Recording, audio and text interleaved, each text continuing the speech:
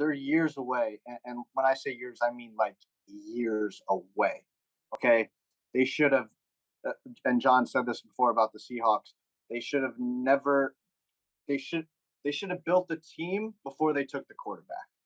And John's a big guy in that he believes you build the offensive line first, and then you get your guy at the quarterback so he's protected. Um, I have the Bears finishing 1-16, and their one win is against the Houston Texans in Week 3. It's in Chicago. They got home field advantage.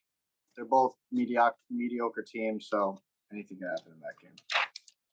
I know my ass won't be tuning into that game though. I never thought I'd be saying the Chicago Bears should be taking notes of the Detroit Lions.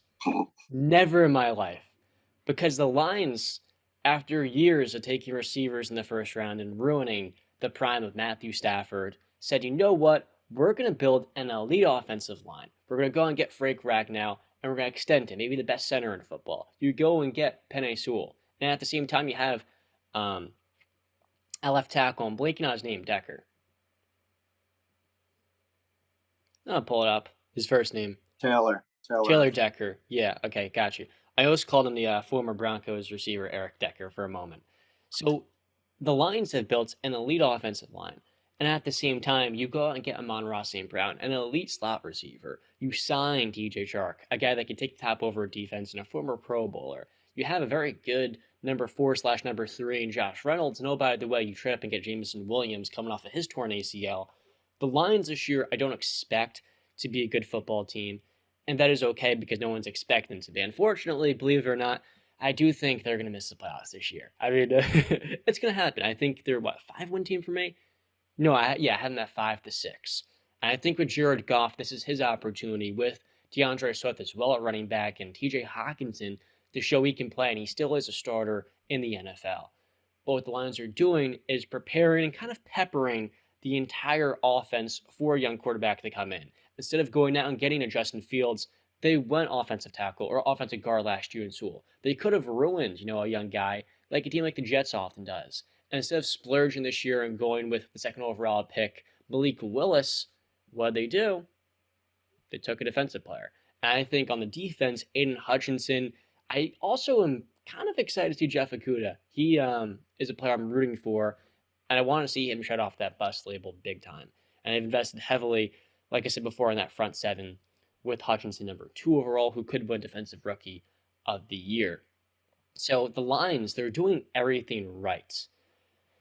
The Bears are doing nothing right. They're going out and drafting defensive players. They're hiring a defensive coach, who I'm not against. I think Matt Eberflus can be a good head coach.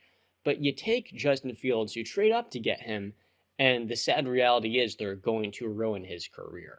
And as special a talent as he was supposed to be coming in for them and changing this offense, sadly, I feel like he's going to implode with this franchise because he is a special talent. And there's really nothing here outside Darnell Mooney, who I don't know if he is number 1. He's going to have all the target share for sure. And then David Montgomery, who may not be on the team next year because they might run him into the ground and then let him go. So yeah, your running back room's fine. The offensive line is terrible. The receiving core leaves a good amount to be desired after you took a top 15 pick on this guy Fields. And the defense still, while you got Jalen Johnson and Brisker from Penn State, Eddie Jackson, and Kyler Gordon, yeah, you're going to have a great secondary. You want to know who also has a great secondary? The Denver Broncos, and they went nowhere without a quarterback. Sadly, the Bears have one. They just don't know how to actually build with him. So this is a pathetic franchise. They're going 2 games. I mean, it's an absolute disaster. Mitch Trubisky was part of the problem. So is Matt Nagy. And now this, I mean, I understand that their new GM and Ryan Poles are trying to fix what Ryan Pace ruined, but he started off on the wrong note, just doing nothing to support this young kid who he didn't draft. So I have no faith in them. It's pretty sad. Sorry, Bears fans. I have them as a 3-win team, as I mentioned before, but it's crazy. We all know they're going to be bad. I even think the Bears know that they're going to be bad. I think the only hope, and even us, is just to see Justin Fields do something with it. See if he can progress some way, somehow.